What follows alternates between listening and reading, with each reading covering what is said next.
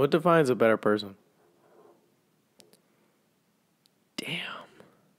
You know, we really don't have a true concept of what good and evil is. No, we do. We have a sense of an intuitive feeling about how we commit certain acts and think and do things, but I don't know, bro. I might disagree with you. I think good and evil is all on the perspective. yeah, that's what I'm saying. I'm saying, how do we actually know what is really good and what is really evil? I think it's based on the social constructs of the time. Like, for example, you go to Sparta, right? No. Wait. Hold on. I'm saying, even if it's known like that.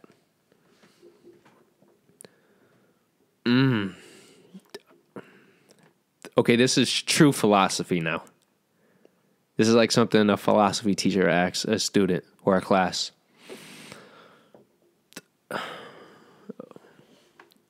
What do you think? Like, you're saying at the core of it, what makes a person, an act, a situation good versus evil, right? Mm-hmm. Bro, I really still think it's perspective. Like, cause, for example, right? Okay, do you remember Revenge of the Sith? Okay, so the scene where Anakin kills those young ones, right? Mm-hmm. From basically all perspectives, that's an evil act, right?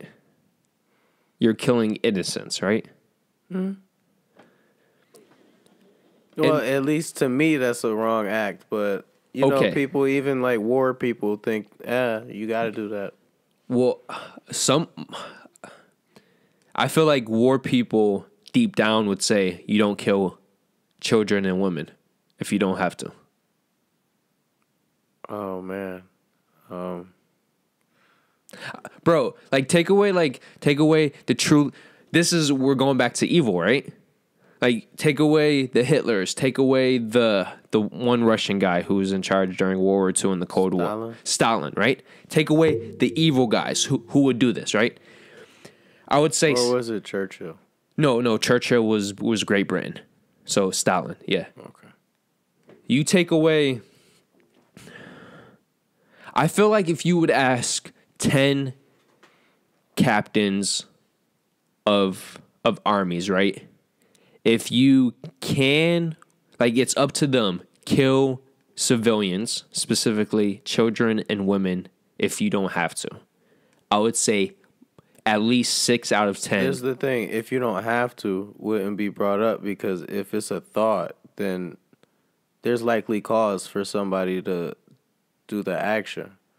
But why would you want to kill children and women when they're just like in a town? This is, just, for example, like in Vietnam, yeah, they had even young civilians that would be able to retaliate.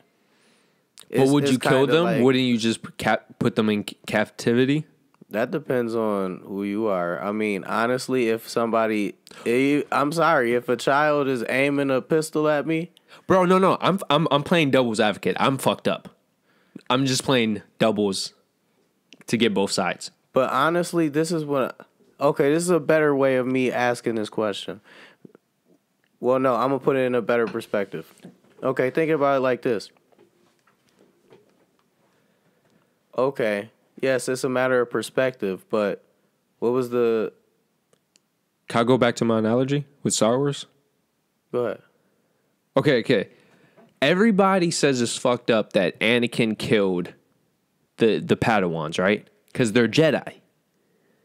But nobody in the previous film, Attack of the Clones, do you remember when he killed I feel like he killed the masked people because they killed his mom? It's okay if you don't. Okay, my point is, would we feel the same way if Anakin was killing Sith Padawans? I don't think we would. I'm my bad. I see what you're saying. That's why I'm saying perspective is key. Because what if Anakin was still on the good side and he walked into... I know Sith Lords, they don't have the same quantity of individuals as Jedi, so this analogy is somewhat not 100%. But if he was still a good Jedi, and then he walked into a room with young Sith Padawans, now we get into the whole dilemma: do we not kill them because they're kids? But then if we let them live, they're going to grow into Sith Lords. So the right thing to do is kill them. And if he did kill them, we don't nearly feel the same remorse as him killing young Jedi Padawans. Why? Because we think of Jedis as good and Siths as bad. But if you flip it from the Sith Lord perspective, why are the Sith bad? That's what I'm saying. Because it's two sides to the story. To a perspective. Yeah. There isn't a true definition. Like, even a perspective is like screwed, a pseudo like type shit. Yeah, that's what I'm saying. I honestly do not know how to give you a good answer. I don't even know what I expected to be answered. Bro, I feel like I think about it. I feel like to answer that, we would need to be in episode 150. We have enough popularity to where we could bring on two philosophy great minds to, because that is truly a philosophy question. The whole concept of right and wrong, the whole concept of good and evil, which diverges into perspectives, which diverge into a whole number of other I was going to say terms. Yeah, aspects, yeah. I was about to say, honestly, the only opinion that could really shed light on that is something outside of human life. With the ability to communicate with us. That's honestly the way I see it. Bro, the only thing... Because everybody's mind is already altered by some influence of life. Human life. Can I give you the most unbiased answer I could give you? What, asking a infant? No, because even they're... No, I'm just being stupid. I would say what determines right and wrong, good and evil, is something that benefits life more than the other action. That benefits... But then that's... But how do we know that, though? Yeah. Because it's just like how truth is and how love is. Because you could say this action will... Because then that's going back into perspective. Bro, they're one and the same, basically. Yeah. Like, it would have to be if you lie, there's a truth to that lie. Yeah. Well, every lie comes from a truth. It's just the way you go about the narrative. The way I was looking at it is a lie being a truth would be the truth would be outside of that lie. You know what I mean? Yeah. Yo, this might sound dumb. Only life itself can tell. Like, that's wow. That's the best. That's honestly damn near the only answer. No, because when you think about it, anything that has a conscience, like, no matter what, with something like that, with something like this subject, you're always going to tilt one way or the other. Mm-hmm.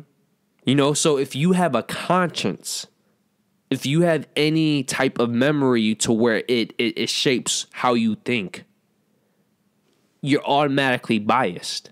Mm-hmm. There's no getting around it. Exactly. If you want to subscribe, just hit this bad boy up here, that big fat rhino. If you want the newest video, to the right. If you want the recommended, to the left. And then, of course, our personal dick pic. Yep, right below. So thank you for joining us once again, and we hope to see you next week. So peace out. Peace.